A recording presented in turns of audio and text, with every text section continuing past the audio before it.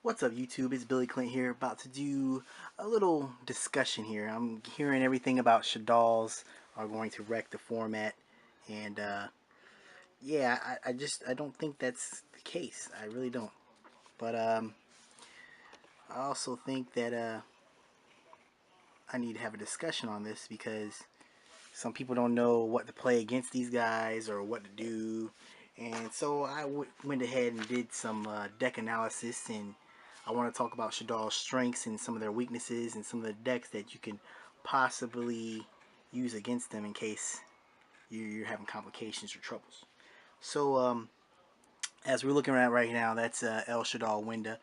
You know, that's one of the boss monsters of the deck, and she is by far one of the strengths of the deck. 2200 attack, 800 defense. You know, it allows both players to special summon once per turn, and that's real crucial in this format because usually it takes 2 turns to go into the extra deck when it comes to special summoning. So with that being said, most decks, as I said, they need two special summons.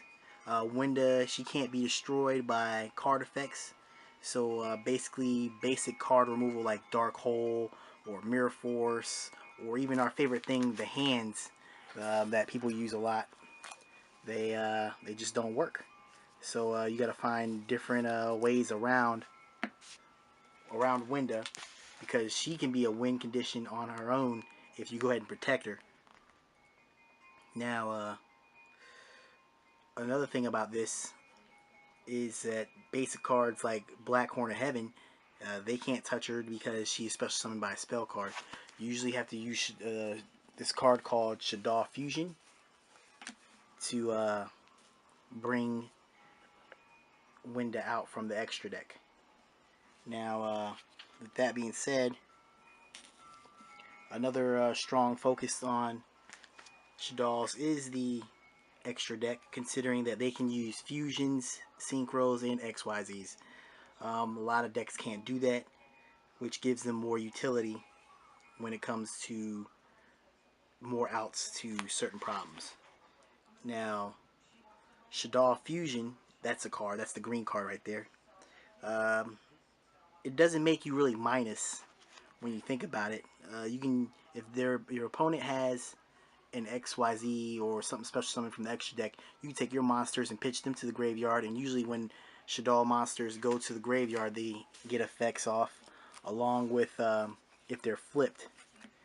You got Shaddoll Beast here, you got a Shaddoll Dragon, and Shaddoll Falcon. These guys all have the effect of, if they're flipped, then they get this effect. If they're sent to the graveyard by other means than attack, I believe, then they get this effect. So, but they're both once per turn. You can't activate both of them in the same turn. You only activate one of those effects. But that still makes the deck pretty good. People start using things like Curry Bandits and other type of ways to build the deck.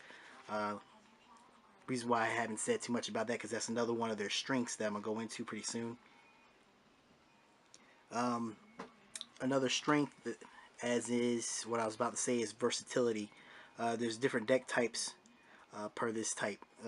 You can use pure Shaddolls, you can use Light Sworn, you can use Artifact, you can go from Winda build, which were those that I basically just talked about, or you can play a Construct build, which does things with the using more like fairy types, like Spirit artifacts, which is actually pretty good. I played against that on DN the other day, and I was actually pretty surprised when looking at that stuff.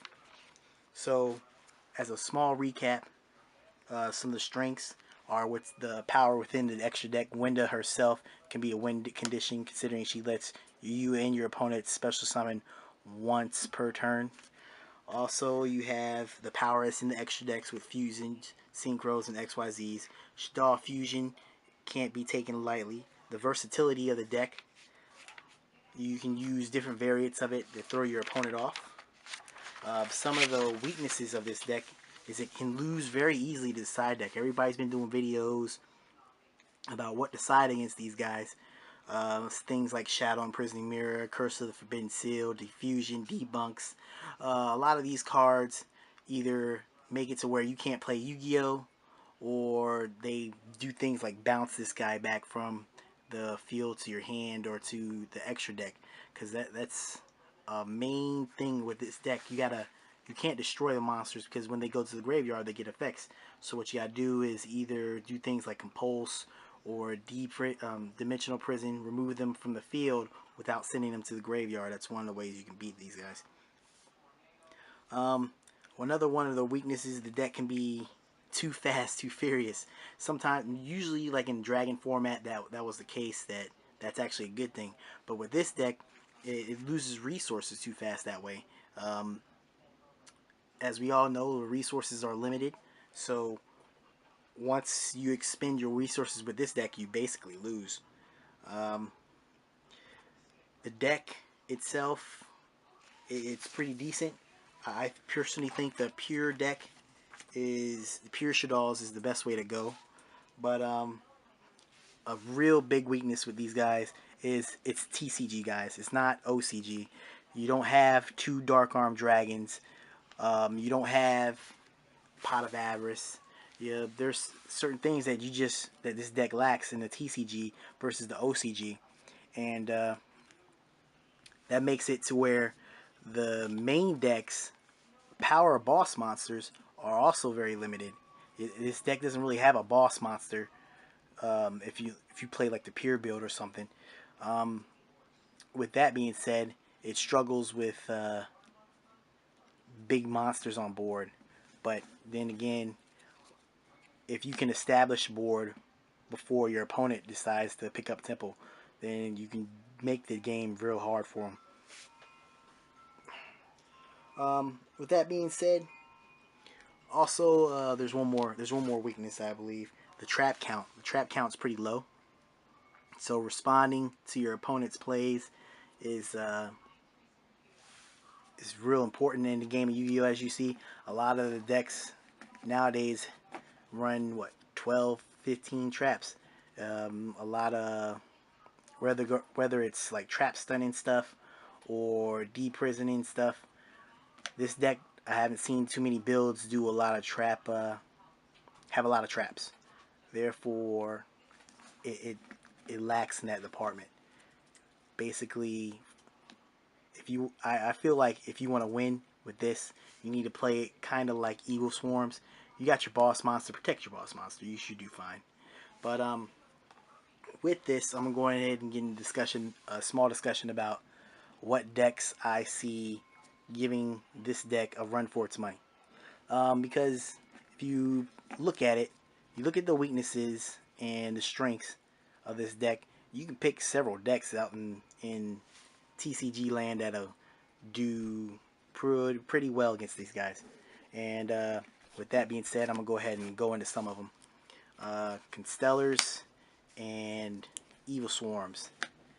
These guys utilize the normal summon, which with your boss monster here, Winda, she lets you special summon one time. These guys usually let you normal summon, which lets you normal summon again, and then lets you usually go into one of your boss monsters, Evil Swarm Ophion or Pleiades, which both will give this deck a hard time because Evil Swarm Ophion makes it to where level 5 or higher monsters can't be special summoned, and in your fusion material deck, in your fusion deck or your special deck, your main boss monsters that people want to go to with Shaddoll Fusion and things like that are level 5 or higher. So I would see Evil Swarms being a good contender with this. And Pleiades is just a boss when it comes to bouncing stuff back. And it's also important that you can do this on your turn or your opponent's turn. So that itself is a plus. I'm going to try to focus a little bit more, guys. Okay, now with that being said, these basically play the same way, and we all know they also get their boss monster out, protect their boss monster, and then keep pushing. And I see these two decks giving El Shaddolls a run for their money. Other decks that give this deck a run for their money, I believe, are Noble Knights and Bujins.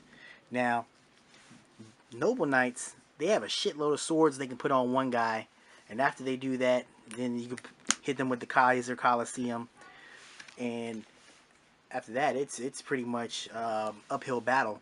And a lot of the Shaddolls, they either pop one monster or pop one back row. But the thing is, when you have all the swords connected to your Noble Knight, dude, then the 1-2 pop plays aren't going to really work out for you too well.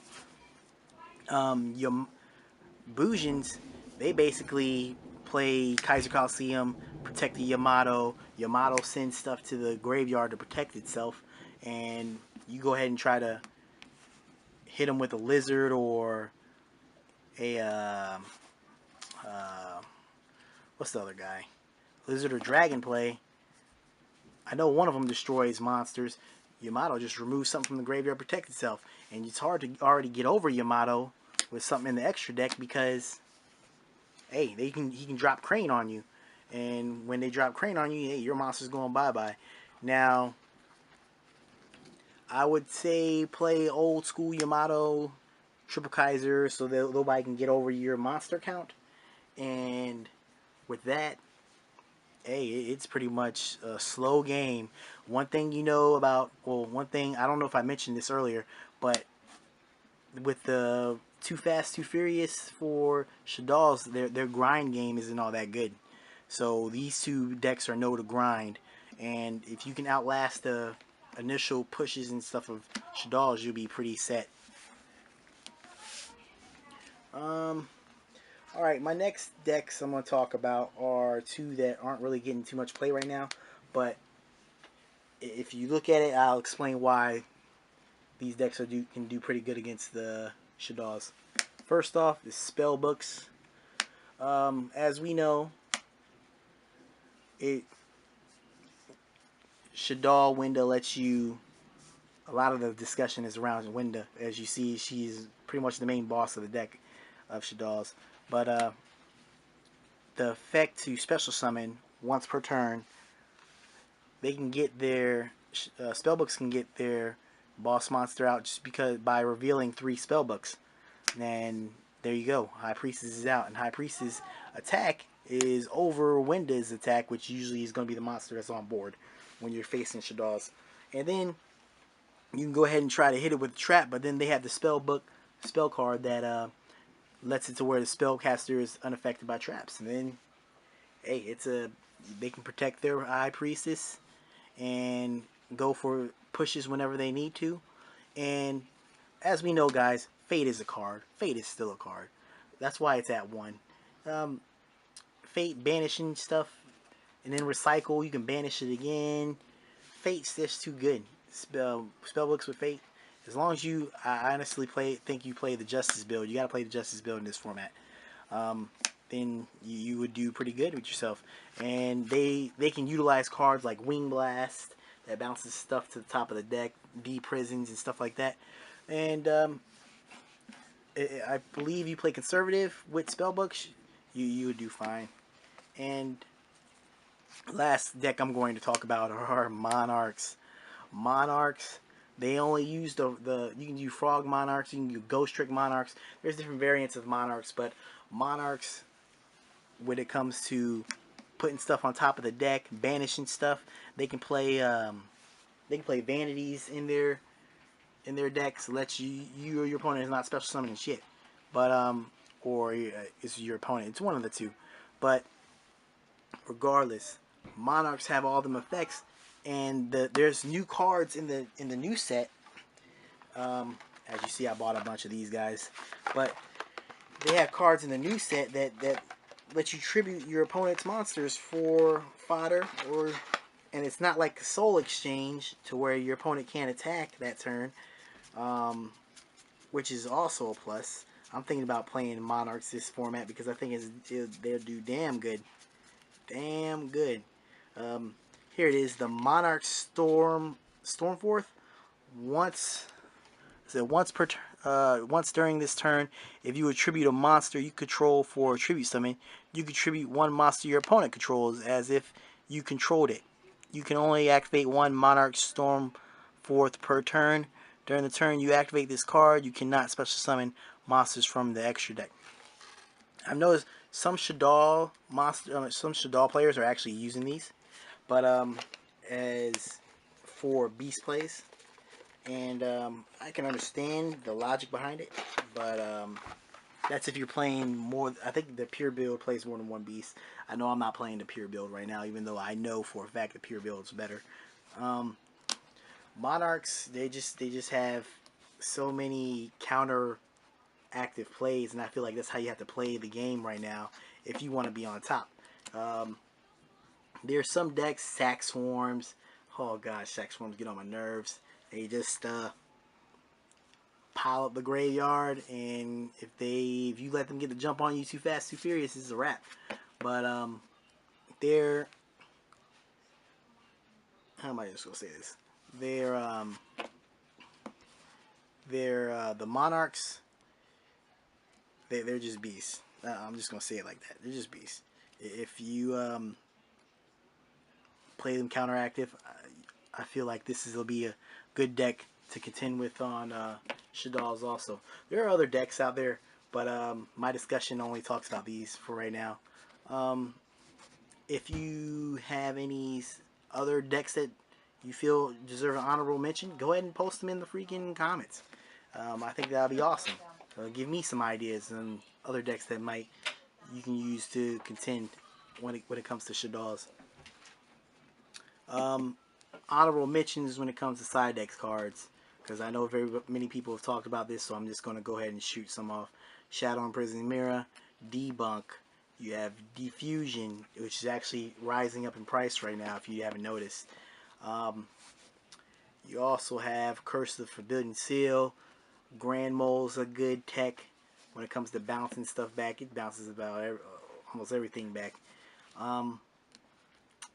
Prohibition, but you do got to watch out for the pop plays from Shaddolls.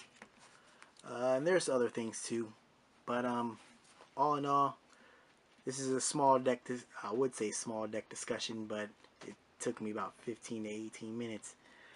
So with that being said, I still think that Shaddolls are going to be the deck of the format. Not because of how skilled the deck can be under the right person, but the fact that, everybody knows the new meta, so they're going to play the new meta. And when it comes to that, the top tier decks are going to be the decks that are either played the most or top the most. And most of the people I feel like, are going to play this deck because it's just too strong right now. And with that said, this is Mr. GG signing out.